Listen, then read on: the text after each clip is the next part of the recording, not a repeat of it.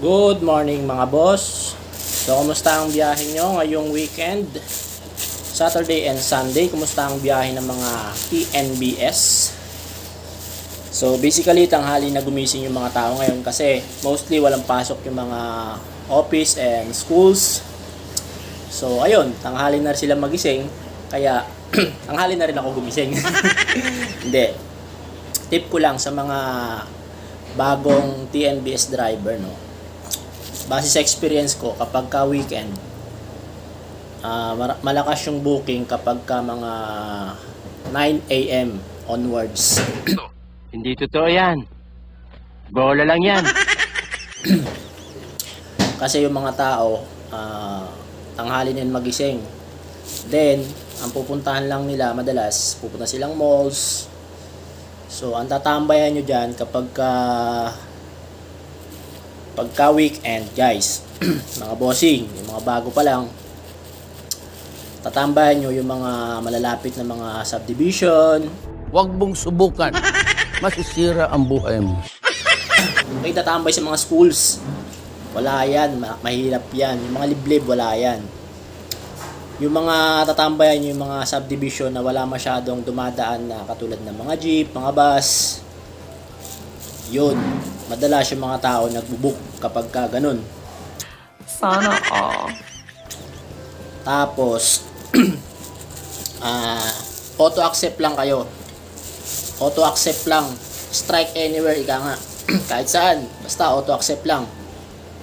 Kasi ano yan, may incentive yan. Kapag ka na-reach nyo yun, yung weekend, 2 days, bibigyan pa kayo ng extra cash. Paano masabi? So, ayun lang. Ako kasi, pagka weekend, tanghali na ako bumiyahe. Hindi ko alam, pero ganun talaga yung discarding ginagawa ko. Mga 9 a.m., 10 a.m., yan. Tanghali, papunta na ng mga mall yung mga tao para mag-lunch. Yun mo na, family day. Ganun din pag Sunday. Kaya, yun. Huli mo lahat yun, balikan lang yun. Pagdating mo ng mall, meron naman, makukuha ka naman dun, paalis na, pauwi na. Ganun lang, pabalik-balik ka lang. Strike anywhere ka lang, auto-accept.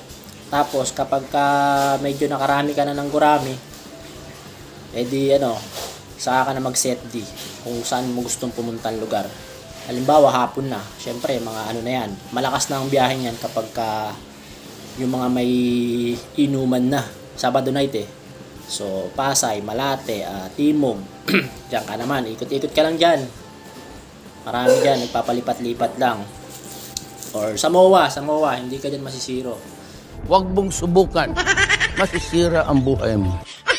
Yung mga, dyan, yung mga in-check. Tapos, hindi pa yan kumukuha ng mga sukle. Basta, technique dyan. Halimbawa, ang bill nila is 180 or 170, nagbigay ng 200, dukutin mo na agad yung yung mga bariya, pakalansingin mo na yun.